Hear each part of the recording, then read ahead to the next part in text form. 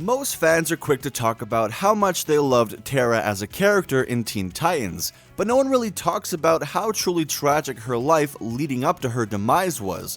As an adult, looking back on Terra's life during the handful of years she had on Earth, it's really quite unsettling. Not only was she alone for the majority of her childhood, but the only family she was close to had unintentionally treated her like an outcast. So get your tissues ready because you're in for a real tearjerker as you think back on Terra's demise to consider whether or not she ever got a happy ending. Now, it's important to remember Terra from when she was most prominent in the series, which was when she seemed to be joining the Teen Titans for a second time. Only this time she was under the wrong guidance.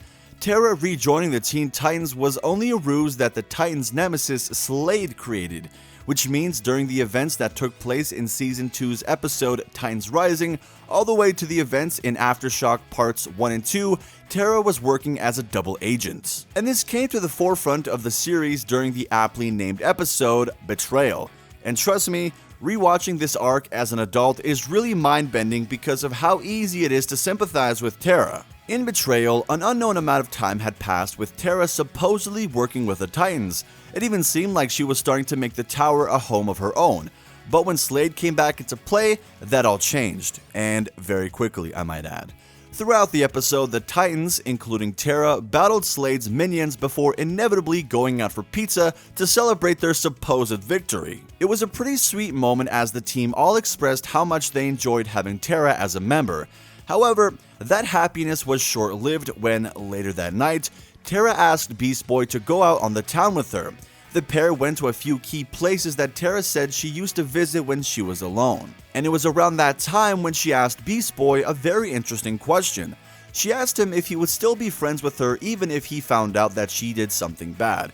And he promised that he would, which almost led to a kiss between the two on the Ferris wheel. That would have been a nice way for the Beast Boy / Terra story to end, but that's not how it was written. Instead, all Terra got was manipulated, heartbreak, and a sense of being alone that no young person should ever feel. Any chance of happiness for Terra was washed away as Slade revealed himself on the Ferris wheel with them. Beast Boy promptly attacked the villain and the two fought as Terra did her best to help Beast Boy before Slade revealed his true intentions. Or should I say, their true intentions.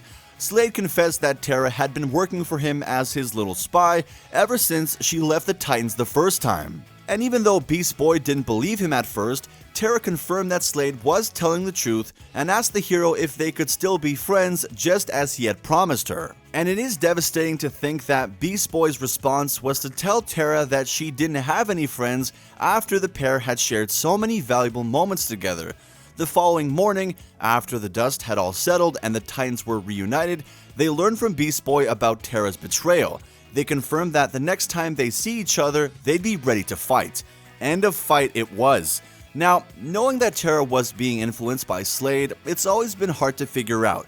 Was she really trying to kill the Titans during the onslaught? Because from what it looked like, Terra was out for blood, or at least up until she finally got her redemption.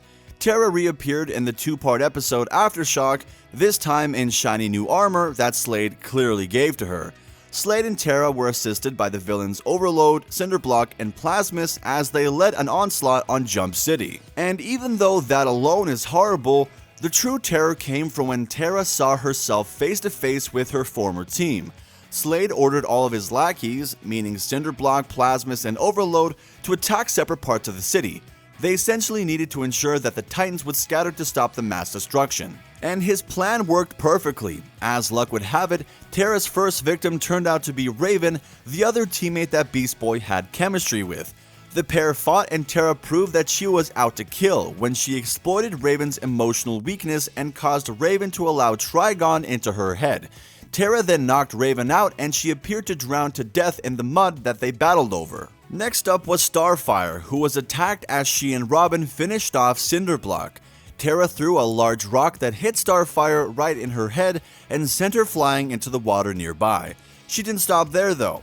Terra, still under Slade's influence, hunted down Cyborg and Beast Boy, and as soon as she had the chance, she caused the ground to collapse around them, which seemed to crush them. Which is absolutely horrifying. The only person left to fight was Robin, and believe it or not, he was actually planning on showing her mercy like Beast Boy would have wanted. But Terra didn't give him the chance, and after a heated battle, during which Robin overpowered Terra, she got the jump on him when he offered to spare her, using the opportunity to crush him with a large piece of the ground.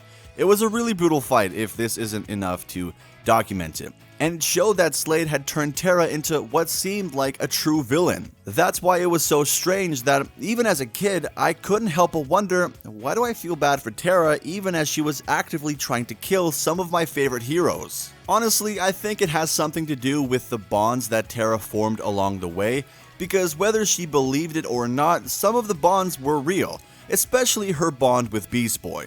All throughout the two-part episode, Terra could be seen secretly reminiscing about the good times she had with the Titans, and I think that was the writer's way of showing fans that Terra did really care for her friends in Jump City. She just firmly believed that they didn't care about her. But that wasn't true at all, as the entire team showed her at the beginning of Betrayal that they all cared for her and were ecstatic that she had come back to join their team. And it seems like that eventually all of those deep moments with the Titans got to her. After another brutal fight with her former teammates, who turned out to have survived her onslaught from part 1 of the episode, Terra had a change of heart.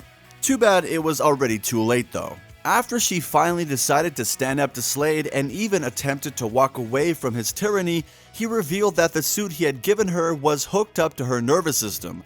In other words, she was literally his puppet. But Terra was eventually able to fight back against the suit's control thanks to Beast Boy's encouraging words. However, during her counterattack against Slade, she unwittingly ripped a hole in the ground that threatened to destroy the entire city. Terra knew that she was the only one who could stop it, so she ordered the Titans to evacuate the area, knowing full well it would be the last time that she would see them. Her last words to Beast Boy were, "It's never too late," as the pair said one final goodbye. Terra then unleashed her powers and managed to stop the flowing lava. However, in the process, she was sadly turned to stone. The Titans eventually returned to honor her sacrifice and even left a plaque in front of her stone-encased body. There was no sign of Terra throughout the next few seasons, aside from the occasional mention from Beast Boy, who was clearly still crushed by Terra's death. However, he did finally get some closure towards the middle of Season 5. During the episode Things Change, Beast Boy returned from a typical Titan adventure when he was surprised to see a girl who looked just like Terra. He was so shocked that he went to check the tomb that Terra had been in and was blown away when he saw that it was empty. That being said, there was still no telling if the schoolgirl was actually Terra, especially when you consider that she didn't have any memory of Beast Boy and none of the other Titans ever actually saw her. But I mean, that would be a really happy ending to an otherwise tragic story, right? So one can only hope. Well, it's too bad that there's a good chance that Beast Boy seeing Terra after the fact never actually happened. Instead, she was just a figment of his imagination, at least according to this theory. It wouldn't make sense for Beast Boy to be borderline traumatized by what he went through with Terra, followed by having to deal with her death. I mean, even over the course of the few seasons following her turning to stone, he would occasionally bring her up just to remind fans of how sad his storyline was. For instance, when Slade first returned in Season 4, Beast Boy commented that Terra had helped them take him down, proving that he still remembered her fondly. Well, some people think that this trauma led to Beast Boy thinking that he saw Terra in the episode Things Change.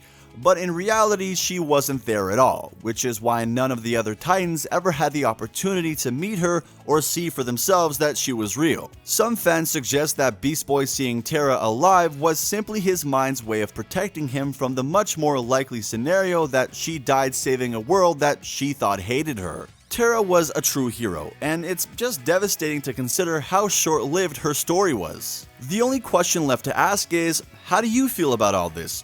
Did Terra get the ending that she deserved? And do you think that Beast Boy actually got to see her walking through the halls of that school in the end? Be sure to let me know what you think in the comments below. I will be reading all that you guys have to say.